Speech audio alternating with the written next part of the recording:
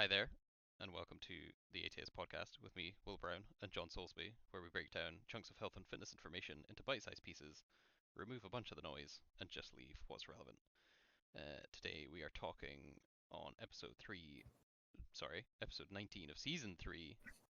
The prompt is Neurofeedback for peak cognitive and athletic performance. I don't know what neurofeedback is, that sounds like brain damage. Uh, Yeah. that sounds like one of those XCOM powers you get from the psionics lab. Yes. Yeah, it does. It just absolutely brain melt some aliens. I've got in my notes drills, relax attention for maximizing the kind of mental health or mental aspect of athletic performance.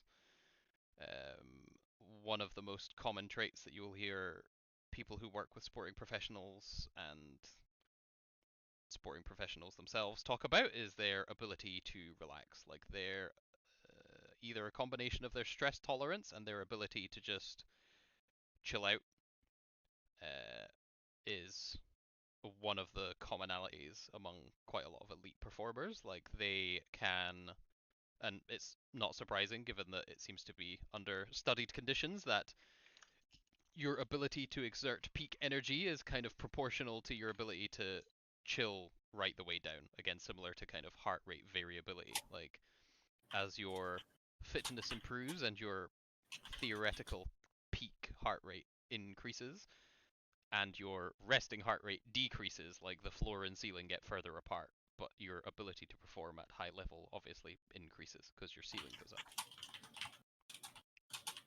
Yeah. But yeah, so that's one of the key things for athletic performance. Attention, essentially, a lot of high level performers will be giving their full attention to the task at hand. They kind of shut off everything else. They're just kind of in, they might refer to it as being like in the zone, or what's the current meme format? Locked in, like born to dilly dally, forced to lock in. That's, that's very much another key aspect of a high level performance at anything really. Doesn't even need to be athletic. The Some drills for this kind of stuff. Uh, for the relaxing end of things, there are guided relaxation things on YouTube, Spotify. There's plenty of free resources where you will just lie down, usually in a kind of non-lit or like not under a spotlight, in a kind of kind of as quiet and as relaxing an environment as you can, and they take you through a guided relaxation where you essentially focus on tensing various muscles in your body really, really hard, and then relaxing them and trying to really like focus on the difference in tension when you relax them, and it kind of helps you ease out a lot of your muscles and really kind of chill out and relax. Those are really good, and again, completely free resource. I think it's highly underutilized for a lot of people. It's super good if you're somebody who struggles to sleep as well. You can go through one of them pre-sleep, especially if you're somebody who kind of has a tendency to work late, or you kind of semi take work home, where you're just kind of spinning the problems around in your head all the time. For the attention drill based stuff is having, depending again on if we're talking in a sporting context or just like a regular day to day context, is picking a task essentially like an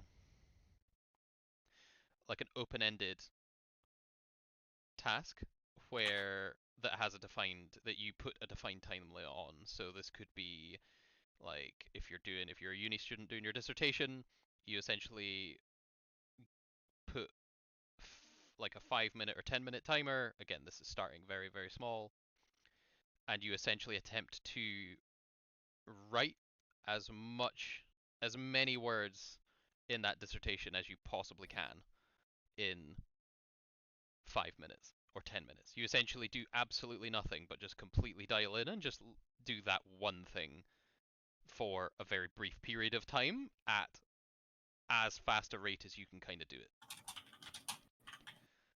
And you're effectively just training yourself to lock in, like to essentially focus on the singular task at hand and not be distracted by external factors or kind of dilly dallying, like the classic start work on a paper, go to another tab to look up a resource, get distracted by Reddit, like go on a 20-minute doom scroll, like convince yourself you've done an hour of work when really it was about 2 minutes. Like you're essentially trying to prevent that by giving yourself a very small but intensely focused window and then building up your tolerance for time. Because realistically, if you can figure that out and just give yourself blocks of time where you do that and then have dedicated relaxing periods where you just 100% don't do that, you're kind of like whole-assing one thing rather than half-assing multiple things. And yeah, can Yeah. just train your peak focus and peak attention. Catch you on the next one, folks.